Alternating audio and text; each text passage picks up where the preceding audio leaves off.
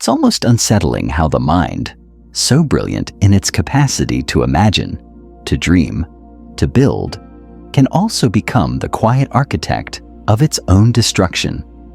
You see it happen when someone finally stands on the threshold of everything they've ever wanted. The promotion, the love that feels like it could heal old wounds, the success they once believed belonged only to others. And just as their hands begin to close around it, they make a choice that unravels it all. A sudden argument that shatters connection. A risky decision that implodes their progress. A wave of anxiety so fierce it forces them back into hiding. And if you look closely, you'll see this is no accident. It's a pattern as old as the first time they learned that joy was dangerous. That too much happiness always comes with a cost. Somewhere deep inside, there's a mechanism that regulates how much good we allow ourselves to receive. Like an old thermostat set decades ago, it keeps the temperature of our lives within a narrow range of tolerable comfort. Even if that comfort includes loneliness, scarcity, or mediocrity. This internal limiter isn't obvious. It doesn't announce itself. It whispers through the mind in rational disguises, reminding you not to be greedy, not to stand out too much, not to expect so much from life.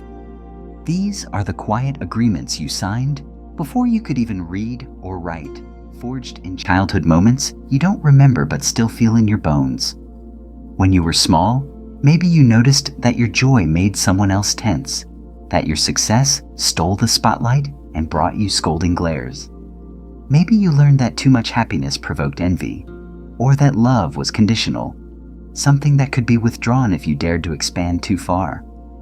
Over time, you built an internal map of how much well-being was acceptable, and you pledged loyalty to it, because that pledge meant safety, belonging, approval.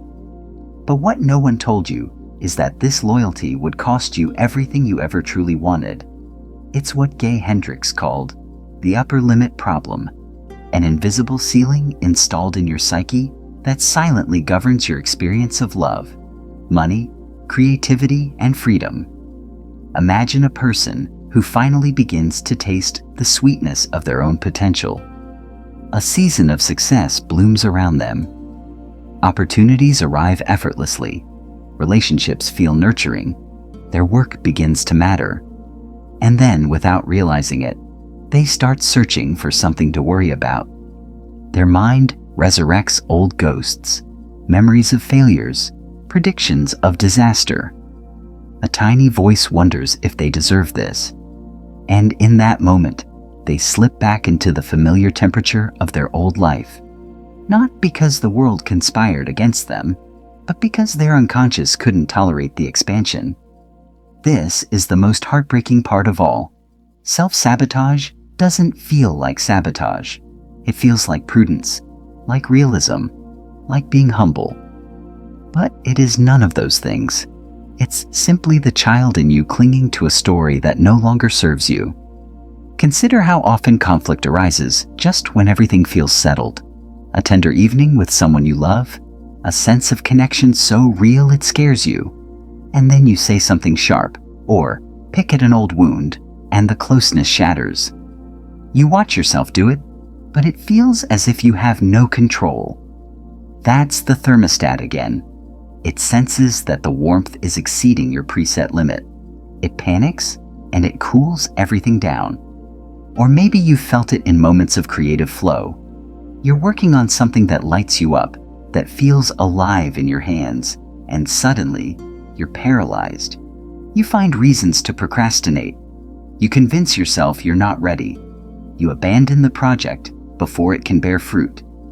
This, too, is the upper limit problem wearing the mask of caution.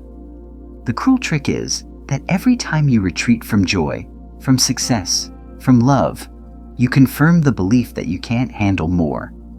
And the thermostat setting remains unchanged.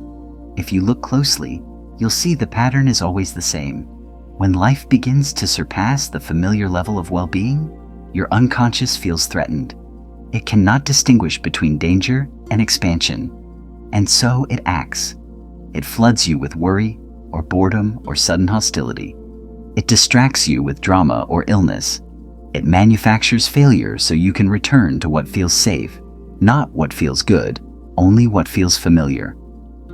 And yet, here's the liberating truth. That limit was never real. It was learned. And if it was learned, it can be unlearned.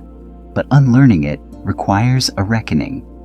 You will have to look back into the shadows of your childhood and see the moments that taught you to dim your light, the small betrayals of your own joy, the silent vows you made not to be too much. You'll have to confront the fear that if you rise higher, you'll lose the love you've always relied on, or that you'll be punished for daring to expand. That fear is the reason so many people prefer to linger in cycles of almost success. It feels safer to have dreams just out of reach than to risk living them fully and discovering they demand more of you than you ever imagined. It's tempting to believe that if you just work harder or plan better, you'll avoid this pattern. But the truth is, no strategy or schedule can outwit the upper limit problem. It operates at a level below thought. It is woven into your nervous system, your expectations, your sense of identity. To dismantle it, you must first become aware of its fingerprints in your life. Ask yourself, how much joy can you tolerate before you start worrying? How much success can you accept before you begin to sabotage it? How much love can you receive before you feel the urge to pick a fight, to push someone away, to prove that you're unworthy? These questions are uncomfortable because they expose the gap between what you say you want and what you actually allow yourself to have. And yet, this discomfort is the threshold of your liberation. Because the moment you see the thermostat for what it is, you gain the power to adjust it. Not all at once, not with a single declaration, but through the slow, deliberate process of expanding your capacity for good. That expansion begins with a choice to stop believing the stories that have kept you small. Stories about how your happiness will harm others, how your brilliance will provoke envy, how your success will make you unlovable. These stories were never true. They were just interpretations, inherited and repeated until they felt like facts.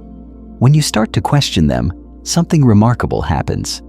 You feel a flicker of possibility, a sense that maybe you are allowed to have more. And from there, you can begin to practice a new way of being.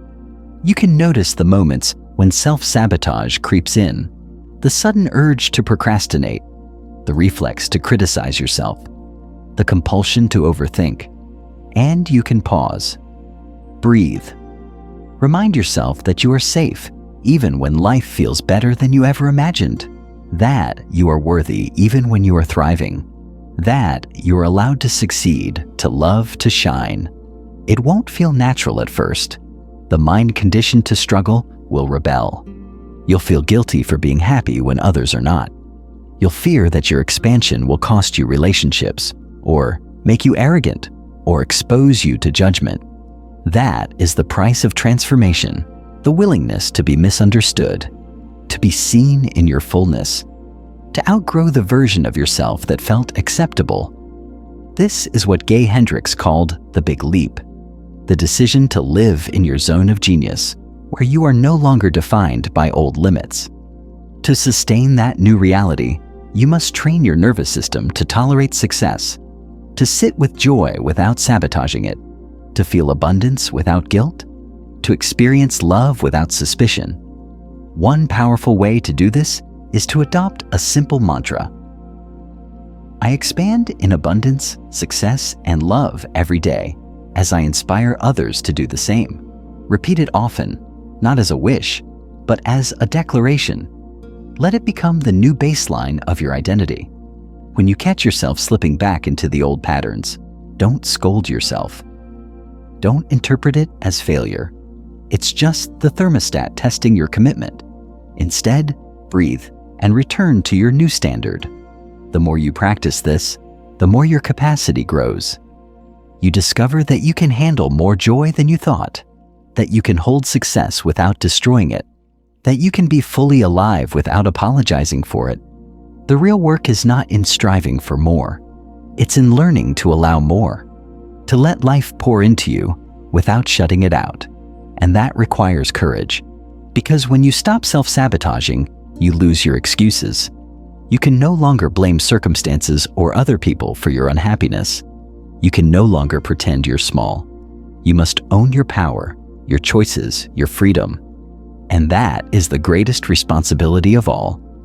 Imagine a life where you don't pull back when things get good, where you don't destroy the love you've found, where you don't ruin the success you've earned, where you don't shrink to fit into someone else's comfort zone. That life is possible, but you must choose it over and over again until it feels as familiar as the limitations you've outgrown. Because your expansion does not harm the world, it heals it. When you allow yourself to live fully, you show others that it's safe to do the same. You become a living permission slip for greatness. And that is the true gift of surpassing your upper limit. Not just what you gain, but who you become in the process. You become someone who trusts that more is possible, who believes that joy can last, who knows that success is not a trap but a calling, who feels at home in abundance, in love and creativity, and who inspires everyone around you to rise higher.